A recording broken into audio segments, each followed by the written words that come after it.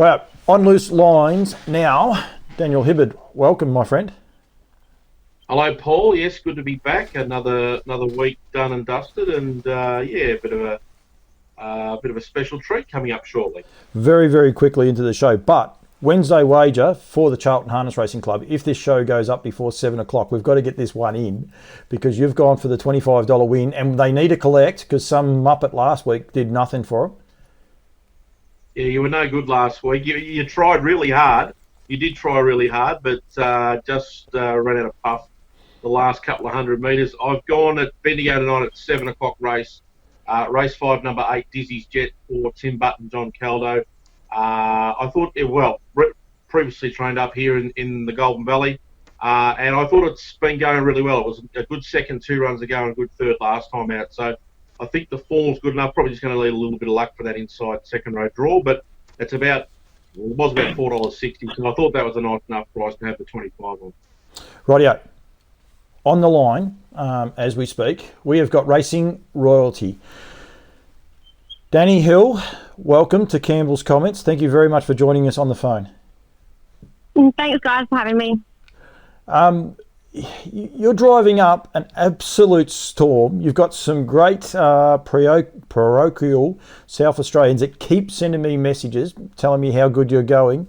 What a year you having, Dani? Yeah, it's been wonderful, especially the last few weeks. Have been really successful. It is nice because obviously I've had some ordinary runs there, but before I broke my leg, I had a very similar run where I go to most meetings and get multiple winners, and sort of getting back to that now. And it's obviously a pretty good feeling when you leave the last few meetings with either mostly 4 winners, or sometimes 5, and then you put in a 6 there as well. It's pretty exciting. Yeah. Daddy, it was a great night there last night at Globe Derby, like 7 races, 6 wins in a second. The horse that obviously you got beaten on there in the Just a Bit of Heaven, I know you got beat, but was it probably a blessing that you got beaten because you would have been going for driving the card?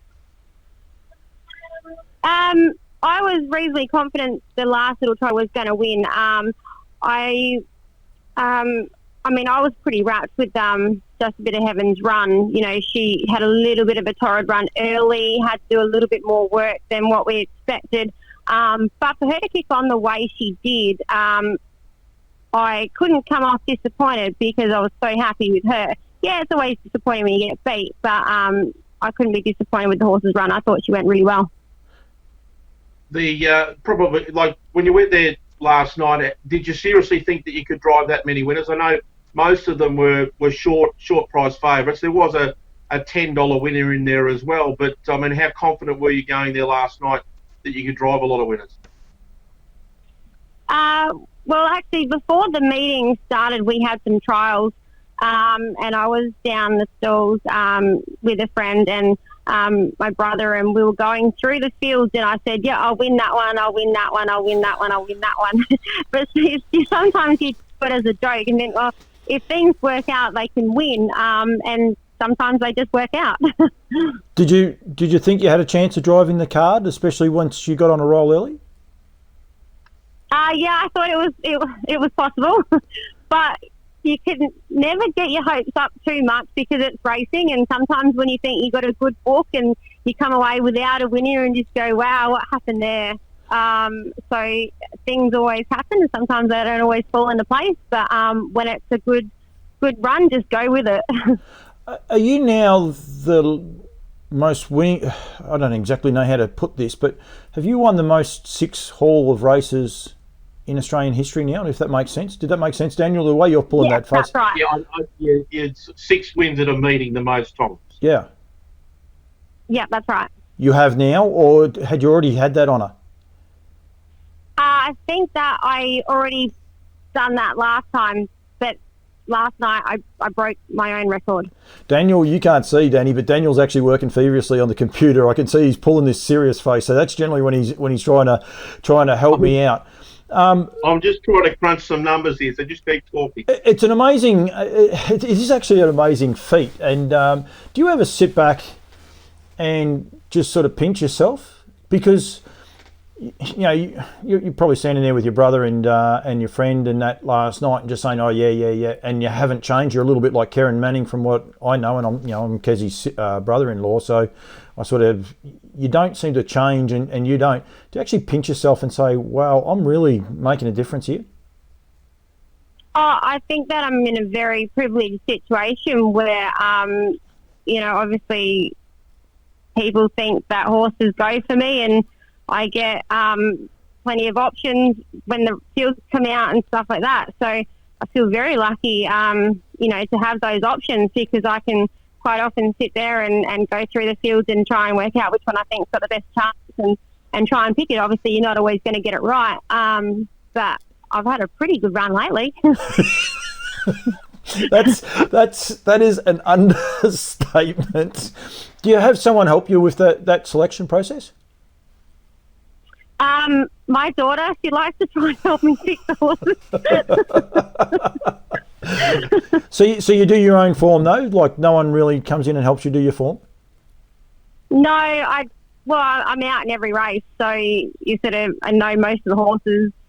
I drive a lot of horses, so you sort of get a fair idea of, which one you think is going to have the best chance. Like I said, you can't always get it right, but sometimes you can.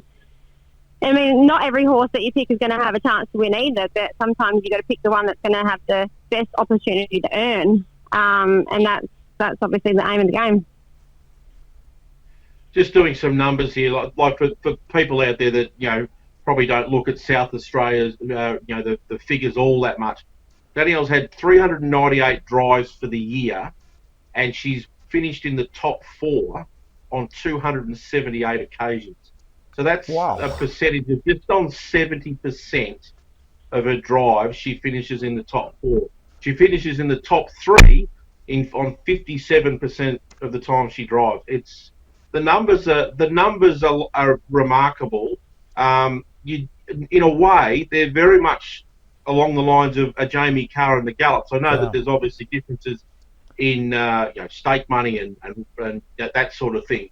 But when you look at the numbers purely on a winning basis, this is very much along the lines of what Jamie's been able to do with the Gallops.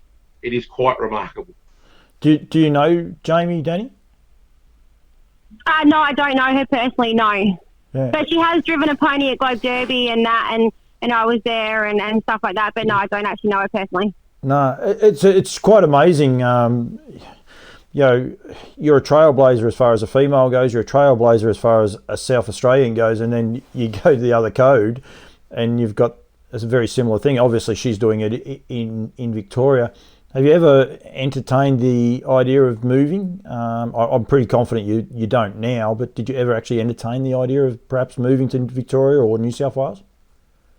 Not really. I kind of like the lifestyle in Adelaide. I've always sort of done other things as well as horses, and Adelaide just sort of suits me.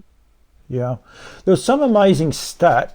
It was either Gary Newton or Philip Wood. One of the two gentlemen told me it. I think, was it 23 wins straight for the lady drivers in South Australia just recently? Or there was some, I can't remember. I'm going to get into trouble. You drove the card. All the ladies drove the card on a Saturday night.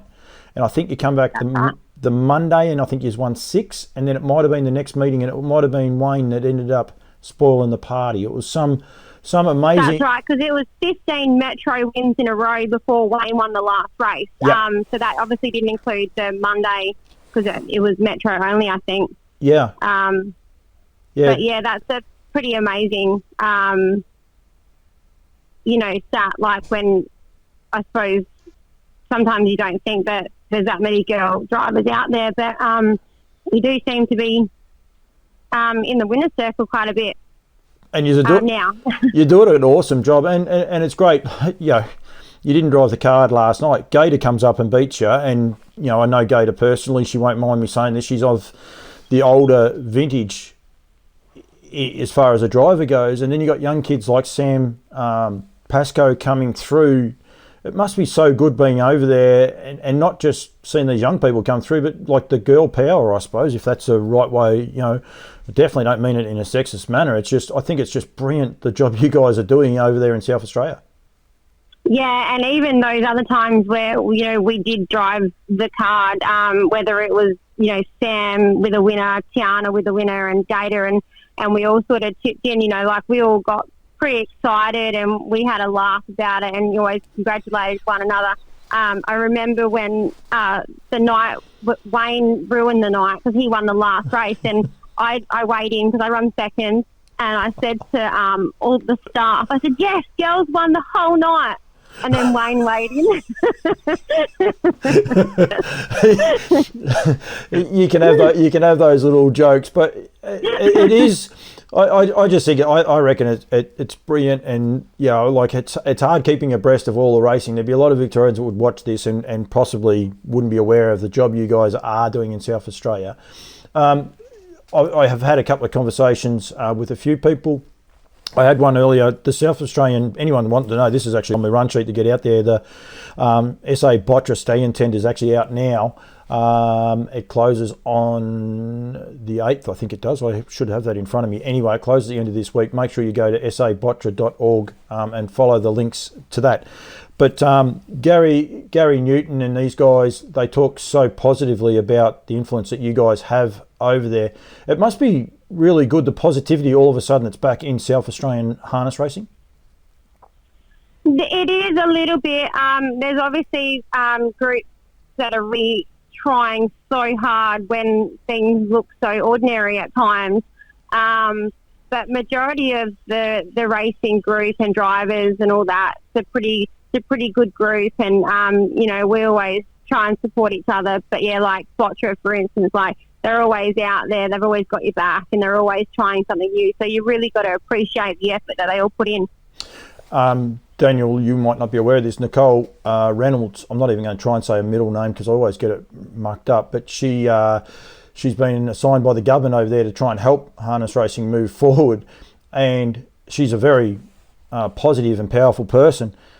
But I also have to say that other word, Daniel. It's just doing a great job in South Australia, I think. And she is, isn't she, Danny? I'm sure you've met her a couple of times. She's just a lovely lady that's got quite a lot of passion for harness racing to succeed. Absolutely. And what I love is that Nicole is at most of the meetings. Well, obviously not now because we've got the lockdowns and stuff like that. But she's there. She's been in the mobile. She comes down the stalls. She's asking people anything. Yep. She's always out and about, and you have to appreciate the amount of time that she gives. And she's actually in, I bought a yearling from the yearling sales earlier this year, and she has a small share in the horse with me. So it's great to have her, you know, support me and obviously the industry, because she's so intelligent, and just I love listening to, you know, like her positivity. She's really having a crack, and I like that. She's very, very positive and on the front foot. The interview I did with her, Daniel, she was a Sunday. She actually contacted me and asked if we were going to do it on a Sunday. I think that speaks highly for the lady because she wants to promote what South Australian harness racing is doing. So I think it's awesome. Dani, thank you so much for joining us. You're actually officially the first phone-in interviewer we've had, Daniel. It's actually pretty cool. I do want to do more of them, and I appreciate you reaching out to us at the last minute, Dani. Thank you so much. Thanks for having me, guys. I really appreciate it. You keep driving winners. You tell Gator just to back off and let you drive the car. Just tell her she can't believe that. So yeah, you say to her, just back off and leave me alone. There she'll laugh. She will indeed. Dani Hill, thank you so much. Thanks, guys. Thanks. Daniel Hibberd, that's a great story, isn't it? It's just an amazing effort what they're doing over there in SA at the minute, the lady drivers. Absolutely, and I mean it is tough going in SA. We can't sort of deny that it's not, and you know the participants are doing it tough, but they keep at it. They keep doing it because they love the sport and it's their way of life. And I think we forget about Dani over there. We obviously see the the big achievements when she drives 6 winners like this and things like that. But when it's not until you actually look at the numbers and how dominant she actually is in the driving ranks over there. I mean, she's almost 70 winners ahead in the premiership. Give those figures. We didn't give them while Dani was on the phone because she's a very humble person. But what is it? 118 winners. I've just gone off that screen, but I'll just quickly. From memory, It's just so many winners. 398 drives for 118 winners. Yeah. And then 63 seconds, 47 thirds, and 50 placings. And like as I said, it's like 200. I think it was nearly 280 of her drives. She finishes in the top 4. It's just amazing. That's just I mean, you don't even see that strike rate in the gallops. I mean, it's just insane. In terms of the premiership, she's on 118 wins. Behind Gator's second on 41. Michael Smith's on 40. Wayne Hill's on 40. Ryan Rohoric's on 37, and then Darren Billinger 26. The girls kick in again after that with Samantha Pascoe on 24. Tiana McMahon's on 22. So there's 4 girls in the top 10 essentially, but you've got one that's so far in front. It's insane. It is really, the numbers just don't lie at how good she is over there. No, definitely not. She does a great job. And as I said, the SA Bottra, the Stallion Tender closes. I'm pretty sure it's the 8th, but it's 5 o'clock. I did an interview with Gary Newton, just released it yesterday. Go and watch that. Well done to all the studs that got involved. Alabar Lower Long Farm, that's the new Northern Rivers name.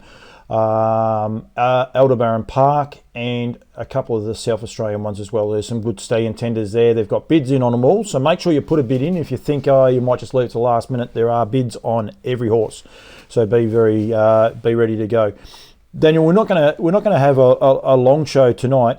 While we're on with the ladies, the pacing for pink, which is actually not the ladies, but it is to raise awareness for breast cancer.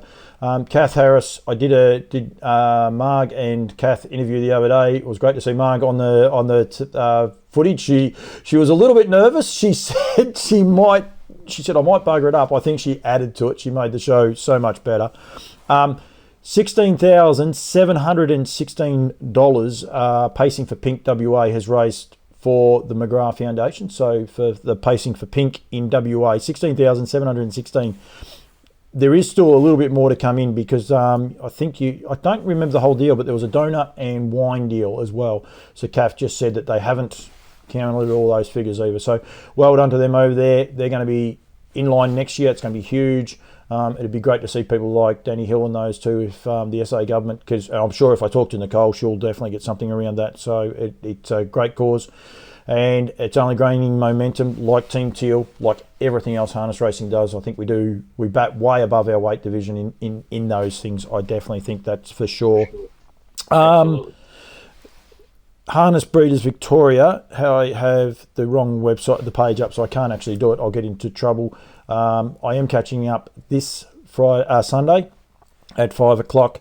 3 special guests, Andy Gaff, Bruce Edwards and Brett Lilly. And we're talking about yearlings, both purchasing, preparing and how they all go about it. So it'll be very insightful. 5 o'clock live on Campbell's Comments. It will be live.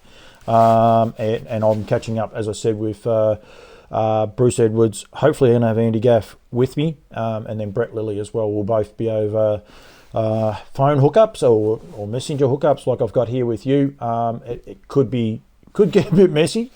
I'm trying something that I have definitely not tried before because generally what we do, Daniel, I enjoyed that, and you normally do test runs first. You've got to do test runs before you go live. Yeah, I actually enjoyed that phone hookup, and that's what I try to do. I try to keep changing it up, and I'd like, once I can get my NBN on here, I'm going to go live, and I'd like to have these phone hookups because I think live is really good and you get honest answers out of people. So yeah, I'm definitely looking forward to it. What have you got for me, mate?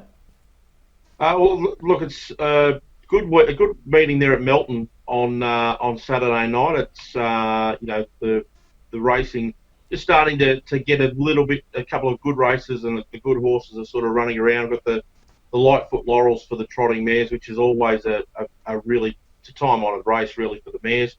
Especially the standing start and the handicap makes it really interesting.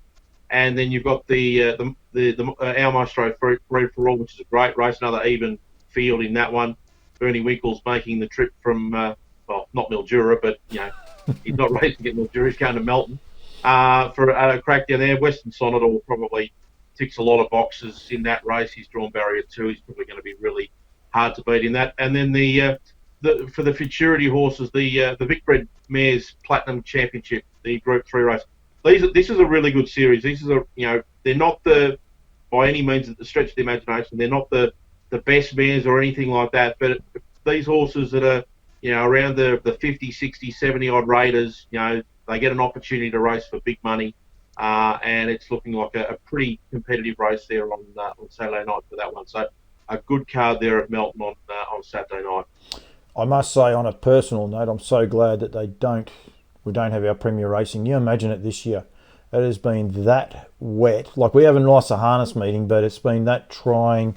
I was in Ballarat today. Those guys, they deserve medals over there. I was at two good farms. I was at Harasta Trotters doing a thing that will go up probably tomorrow over there, and their track was wet. Nothing like what ours has, but still was very wet. I went actually across the road then to Emma and Clayton's, and stay tuned to Campbell's comments. I got some good stuff coming, but what they're building there is just amazing, absolutely amazing. It really is. So, yeah. But you wonder how we ever put up with doing our major races like our Big Breds in July. And our Breeders' Crown in August, and now that we've moved them to sort of spring and summer, I mean, it just seems like why didn't we do it before? But there's obviously circumstances behind it. But if anything comes out of this COVID disaster, this blessing that we were able to move those good races to the better weather, because I mean, honestly, Melton during July and August. You wouldn't wish it upon your best friend going there on a Saturday night. I mean, it can get really cold, unless you're upstairs, of course, and it's nice and comfortable inside. But if you're outside, I mean, you can't really last all that long. So to have those better races and the big stake money up for grabs at the better time of the year, I mean, it's been one of the best things we've done, I think. Absolutely. Dizzy's Jet. Your Wednesday wager, $25 a win you've had on it. It's either run or won or not. Charlton Harness Racing Club, become a member, get involved, become with their Facebook page. If you're in the Charlton area, go to the Cricketers Club Hotel. Cricket Club, I hope I wrote that down. Cricket Club. Yeah, Cricket Club Hotel. It's funny because I thought it was the Cricketers Arms, and then when I'm reading my notes, I'm like, ooh, that's not quite right. The Cricket Club Hotel at 6 o'clock. Drinks and get together. They have a good club down there at Charlton. They have a lot of fun, so make sure you go there. That's on Friday night, so 2 nights time as well. So get involved either via Facebook, become a Facebook friend and the likes with the club, and get involved that way. Become a member, and if you're in the Charlton area, call into the pub 6 o'clock. It won't be bad. If you're coming home from Mildura, you might be able to call in on the way through. Absolutely. Speaking about Ballarat today, that's about a wrap for our show. Oh, actually, hang on one sec. There's 2 things to come. Please don't hang up. I've got a brilliant interview with a young man called Declan Magri, who drove his first winner at Ballarat the other night. So it's going to come up very, very shortly. But I just have to have a little drive-by. Our esteemed mate doesn't mind missing us from time to time when he can get a chance, Toby McKinnon and the likes. This was Toby's figure that he cut the other day. He made an appearance back on the football field. I see he kicked a goal. He definitely, I will say, I think he was doing the right thing by the locals, because it was a fair, one-sided affair. I think they got beat 100 and something points. I can't remember the exact score, but it was a long way. It was a lot. It wasn't Ardmona like up here, but it was a pretty bad shellacking. And I did see he featured in the goals. He didn't feature in the best, but he did feature in the goals. So he probably sat down at full forward, I reckon, once those thighs of his started to seize up in the mud. So yeah, I like how he says how fit he is. He runs everywhere. I don't know, he's pulled up a bit ordinary, they tell me. So yeah. Footy's a bit different to running. Running's not, you might feel a bit sore but from running up a few hills, but footy running's completely different. Yep, short, sharp sprints. Daniel, That's it for us, mate. I'm going to go out with this interview with Declan Magri. Great little story, though. Young man, he's 20 years of age. He's gone for a uni and all the rest. Had about 7 drives. And he'll get you up and about. I can honestly say there's a little glitch in the middle of the video, but he comes back. I don't edit. That's what Campbell's Comments does. I don't edit, so that glitch is actually still in it. Stay tuned, though. He's a lot of fun, young man. He's got a bit of Maltese in him. It's been a bit of a Maltese flair tonight, the show. And, he's a lot of fun. I don't think it'll be the last time I interview him. You might want to be careful. He might take over your chair the way he ended up hosting it, so it's all good. All good. We will be back. Hopefully, might be back live next week. But Daniel Hibberd, thank you so much for joining Campbell's Comments, mate. And we'll keep going, keep punching. And thank you everyone for joining. Thanks, Paul. Joined now by Declan Magri. Firstly, Declan, welcome. Thank you. Thank you for having me. I appreciate it. Thank you very much. Mate, it is a pleasure. I'll be brutally honest, did not sit up to watch the last race at Ballarat the other night. I did have in fairness, I had an early live stream, so I'm not being totally disrespectful and the rest, but I don't blame you. I had a couple of people send me a message. You've got to get in touch with this young man. He's achieved a great feat. You notched up your first win the other night, mate. Firstly, congratulations. Yeah, thank you. Thank you very much. Yeah, it was amazing, a thrill, so thank you. How big a thrill was it? Like, I saw a few of the things you put on social media, so I got a rough idea you're pretty happy. Yeah. Well, firstly, I didn't think I won at the start till I came back and the boys on track were cheering me on because I was working on track all day. But no, it's been a big dream of mine. Obviously, coming from a very small stable and a small family that's been doing it for years and years. I never thought I'd get to that level. Since I was a kid, I did pony trials and had ponies, and it was just I can't really explain it. I was just thrilled to be given the opportunity and drive how I know I can drive and get up there. So that was it was just a thrill. It was amazing because I stayed up all night that night watching the race over and over and over again. So good on you. I had to go to work in Melton the next day and I was buggered, but it was worth it, so that's all right. Right, your father's David Magri, and you've been in the sport for a long time. How old are you, mate? 20, just turned 20 a couple of weeks ago, yeah. And how long have you been driving for? I've had my driving licence for about 5 months, but I've only had about 7 starts. I haven't really been given much of the opportunity, so I'm grateful for every drive that I am given. Yeah. Well, that's good. Driving just in general, horses and everything, since a young tucker, about 13, all that with the big ones with Dad, and started like that. So why did you start later? And I actually don't think it's a bad thing starting later, just for the record, but why did you start later? To be honest, the old man didn't really want me getting into harness racing, and it's a tough gig and everything, and he wanted me to focus on my studies and everything. I was a bit of a, high achiever at school, so was going to university and all that, and he just wanted to make sure my mind was clear, and I was living with him at the time, so but anyway, I busted the bubble at the end and said, no, you know what, I love horses and I can't stay away from it, and I think I'm ready, and I took the plunge, and that's where we went. And I'm tipping right at the minute it's the smartest decision you've ever made. Oh, yeah. Well, I love it. I was never going to get away from it, I want to make a career out of it. It's just a hobby, It's a tough game to make a career out of it. And you got to be given, a lot of opportunity and luck as well. But I wouldn't take back, what I've done and how far I've come, for sure. You said you rewatched the replay and the likes before, like, while it was on. During the race, did you think, it might be a chance here? Like, did you actually think at some point in time during the race you might have been a chance, or even when, as you said, when you hit the line you got beat, you thought, damn it, there's another defeat? Yeah, when I was looking at the fellas as the mobile was scoring up and everyone had their whips out and was going forward, I got a bit of a smirk on my face because I was looking at and I had a clue, juniors hopping on horses with all gate speed. I thought, here we go, beautiful, you guys rushed to the front, and he was travelling really good. He was a bit touchy and go, a bit hanging a bit and hopping every now and then, but he was on the bit and real keen, and the fast speed probably helped.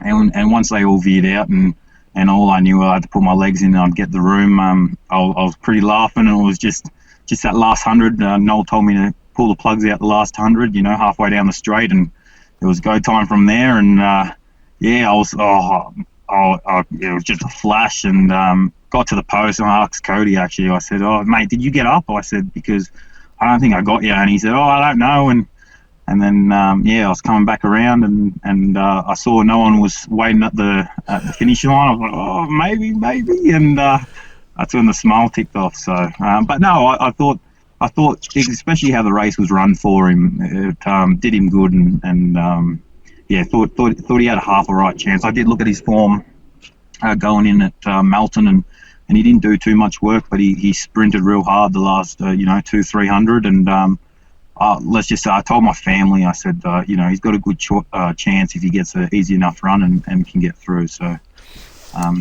You've given me 3 questions. I'm going to be all over the shot. I have to apologise for people because you've lent me. No, you've done all right. Noel Hill. Firstly, your association with Noel, like how did that come about? How did it come about getting a drive? Yeah, well, I'm actually pretty close with Shippy. He's got a lot of trotters. And he was friends with Shippy and hang around them, and I'm a friendly bugger. I like talking to people, meeting new people, especially in the harness world. And he's just a mate that I'd ask him how's the horse going, and see him every now and then. And then got a call up on him, and he said, he really likes me being a mate and talking, and he said he'd like to give me an opportunity. And I was ecstatic for him. I think, I messaged him that many times, thank you. And that was before we even raced, because, I really do appreciate anyone who gives me a chance. And, that's how it went, yeah. Ballarat, I do some Trots Vision work at Ballarat with Paul Rouse, and especially David Brio. You said you worked there on the track. So to work and drive a winner there, that must have been a good thrill. I hope David Brio looked after you in the post-race interview. I hope he gave you an interview, did he? Yeah, he did. He looked after me. He definitely did. So, I was ecstatic to get an interview as well as a win. A win was enough, but then an interview, I thought couldn't get any better than this. So he does a great job promoting harness racing, David Brio. He's one of those, I suppose, the quiet achievers behind the scenes, but he's also very, very parochial Ballarat boy. So he would have been rapt for you to have driven that winner at Ballarat. Funny feeling. You're back. I think I'm losing you. You're coming back. You're back. Yep. You're back. Yep. Sorry, mate. It's all right. I just said I'll actually cut that little bit out just so people are aware. But David's a very parochial Ballarat person. He's a very proud Ballarat person. It would have meant a lot, not just because you work for the club, but the fact that you drove your first winner there at Ballarat. He would have been pretty chuffed about it too, I'd imagine. Yeah. Well, yeah, he and Paul Rouse, top blokes, and were very happy for me. So, it's one thing to be happy, yourself winning, but when others are happy for you, it means the world. So it does indeed. Can you explain the emotion when you realise you did actually win? As you were coming back, and can you explain it? Because you are a very expressionative person. You're not shy in saying what's coming out of your mouth.